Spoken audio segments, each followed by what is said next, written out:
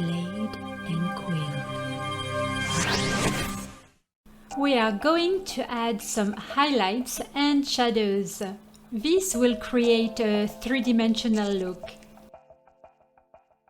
A quick reminder before we start, the selection is still on and the pen pressure is turned off. Turn off the color palette layer. Click on the layer called Bright to make it active. Create two new layers above. Rename the first layer Highlights. Change its blending mode from Normal to Overlay.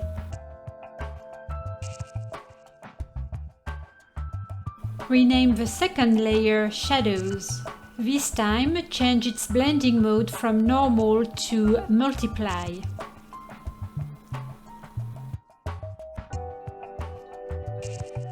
Stay on the Shadows layer. Using your brush, hold the Ctrl key on your keyboard and pick the darkest color you see.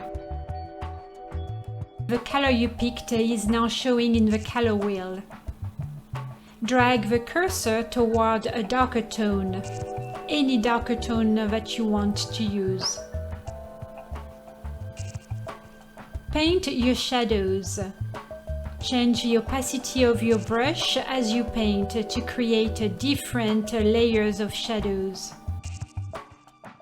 Depending on your project, you may also need to change the size of your brush.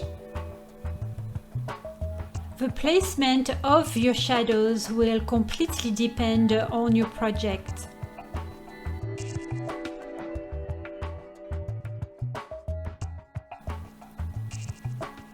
To make the hand even more realistic, choose a warmer tone and repeat the process.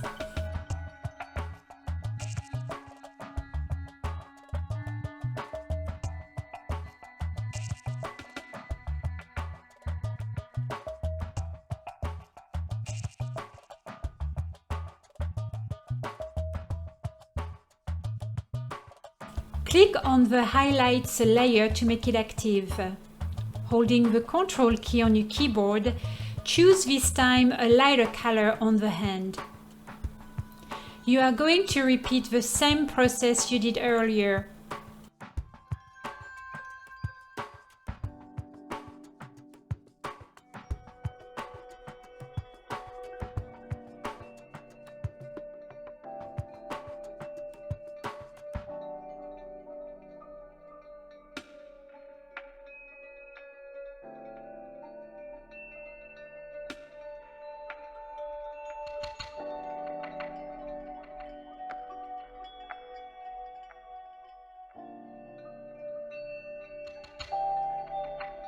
Tip number 1, you can decrease the opacity of your layer.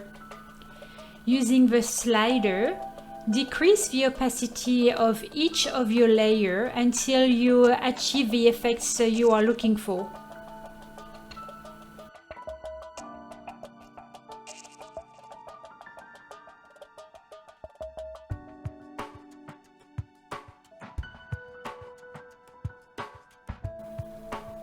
Tip number 2, use the shortcut Ctrl plus the letter U on your keyboard.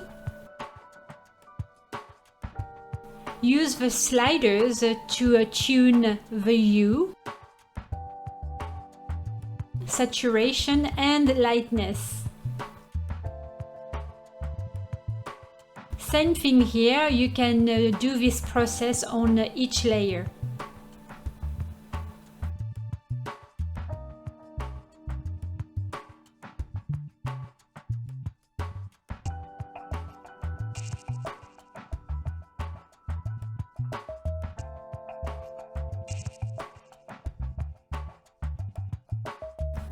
Alright guys, it's time for me to stop, and it's actually time for you to give it a try.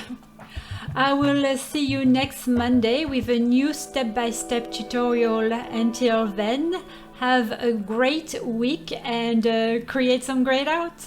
Bye!